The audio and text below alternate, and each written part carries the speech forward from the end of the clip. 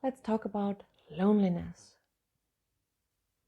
If you are like me, you have experienced the feeling of loneliness here or there at some point in your life. Maybe you have moved cities or even countries. Maybe friends and family did. Maybe you have lost someone dear and very close to you because they maybe ended the relationship or have passed away. Or maybe you experience loneliness just like that, like an undertone of your life. Or maybe sneaking in and out of nowhere and then sticking around for a while. Someone once said, loneliness is like a prison, and the door can only be opened from the inside. So let's talk about opening that door today. I'm Christine Philipp. I'm a hypnotist and mind coach, and I help people to overcome anxiety and self-doubts so they can fall in love with life again with more ease and confidence. So let's start at the very beginning. How often do you think, or even say it out loud, I am lonely? I am lonely. I am lonely. You might just be sitting on your sofa in the evening or lying around in your bed at night thinking, I'm so lonely. And then you begin to enter the spiral, telling yourself, in fact, I'm lonely the whole day, every day. I'm lonely the whole week, for months. I'm always lonely. What does that phrase do with you? Look inwardly for a moment and just check in with yourself. What does that phrase do with you? You might notice a certain feeling coming up, bubbling up inside. And now notice something. You feel something after telling yourself, I am lonely. And the feeling probably gets even stronger as you then begin to look for evidence that you are indeed lonely and repeat the thought of how lonely you are. At this point, it's very important to make a distinction between I am lonely and I feel lonely. There's a huge difference between the two. The more you tell yourself how lonely you are, the more you enter that feeling and it becomes bigger and stronger and you generalize it out. It not only becomes an always, but even part of who you think you are, part of your identity, your person, your whole being. And this counts, by the way, for every emotion. I'm anxious, I'm sad, I'm happy. When you are accepting an emotion you are feeling right now as part of yourself, telling yourself, well, that is apparently who I am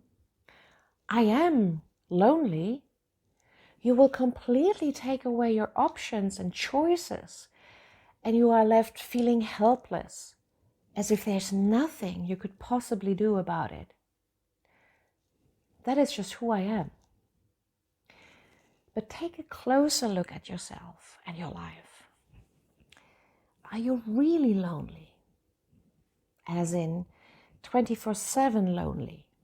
As in lonely since day one, all the time and forever? Is this absolutely true? 100% true? Check in with yourself. Or are there times when you don't feel lonely?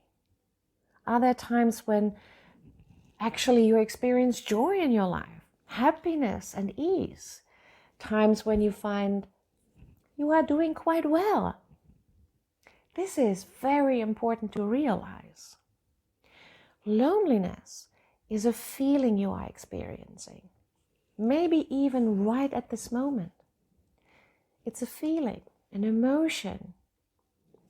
Maybe not even that, as it can feel like a bag of mixed and completely different emotions.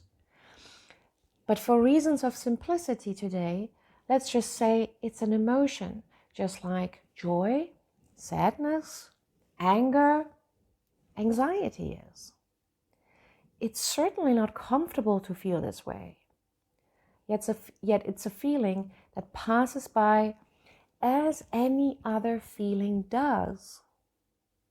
When you really let that sink in, you will give yourself some options and choices back. As you notice, actually, you are able to influence the way you feel. Are you not? Let's now look at another aspect of that feeling of loneliness. In one way or another, we connect that feeling of loneliness with other people, or their absence rather. But is this really true? Do other people create that feeling of loneliness? A lot of my clients experience the feeling of loneliness even though they have lots of friends, even though their family is nearby, even though they have a loving partner at home, even though they seemingly have it all. How familiar does that sound? Loved ones are all around you, and yet you still feel lonely. And the other way around, do you remember times when you are in fact alone somewhere or at home, and you actually really enjoy your time and do not feel lonely at all? You might do something that you really love. You have time for yourself, enjoying moments of peace and quiet, just some quality time with yourself. Do you know those times? So does loneliness arise because we are alone? If that cannot be the case, what could be the case instead? Why do we feel lonely sometimes, or often even, if it's completely independent of the presence or absence of other people? As mentioned in the very beginning, loneliness is like a prison, and the doors can only be opened from the inside. So the reason why we experience loneliness is our thoughts about it. We are thinking ourselves into those feelings of loneliness, asking ourselves what possibly could be wrong with us. Well, there must be something wrong with us when we perceive we probably don't have enough friends, or we still didn't find the partner of our life like every other person did. So we begin to buy into our thoughts of us not being sufficient as we are, not being good enough, just as we are, and just for being there. So there must be a lack somewhere. Those thoughts create a specific feeling in our body that we experience as emotionally painful, or as an emptiness, sadness, or helplessness. We give those thoughts a label, and those feelings a label. And once we have labeled what we feel, we think even more about it and create more thoughts, more stories, and find more evidence for us being right about us being wrong. If that makes any sense? I'm not sure. Somewhere in our life, we have learned something about how life should be. And we see projections of this every day, day in, day out. We see it in social media, we see it in advertising, in movies, everywhere.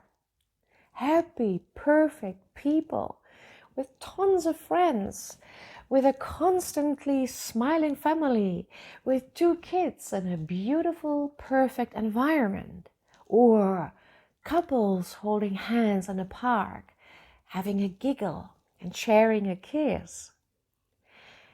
And we think, consciously or unconsciously, that we lack all of that.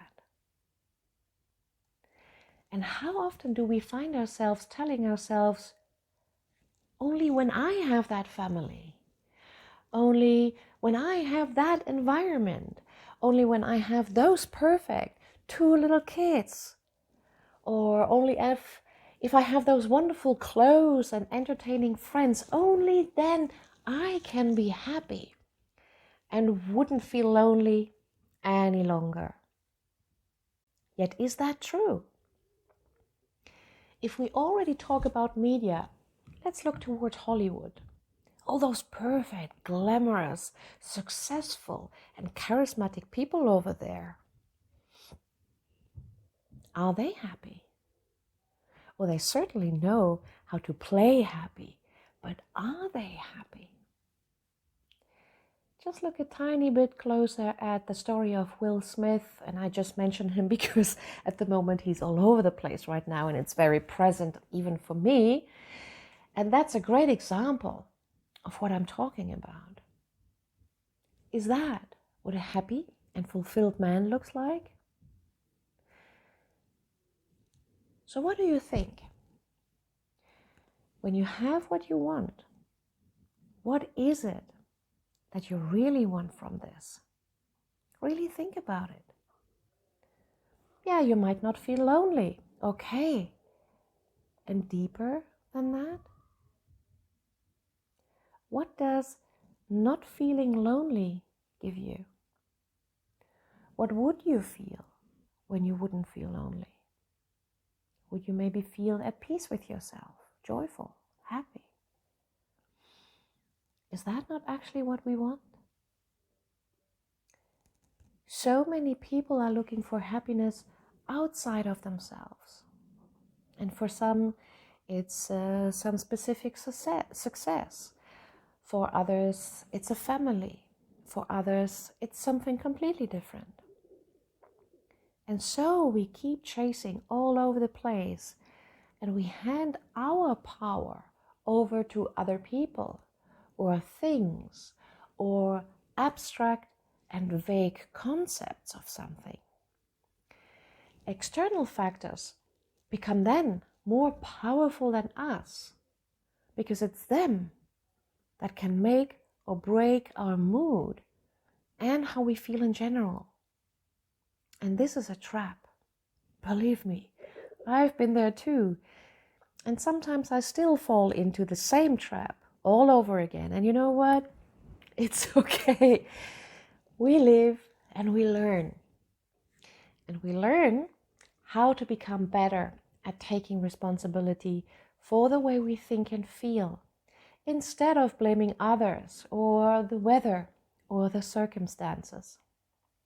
To sum it up, loneliness is, just like happiness, a feeling, an emotion, not a static fact about our life or ourselves.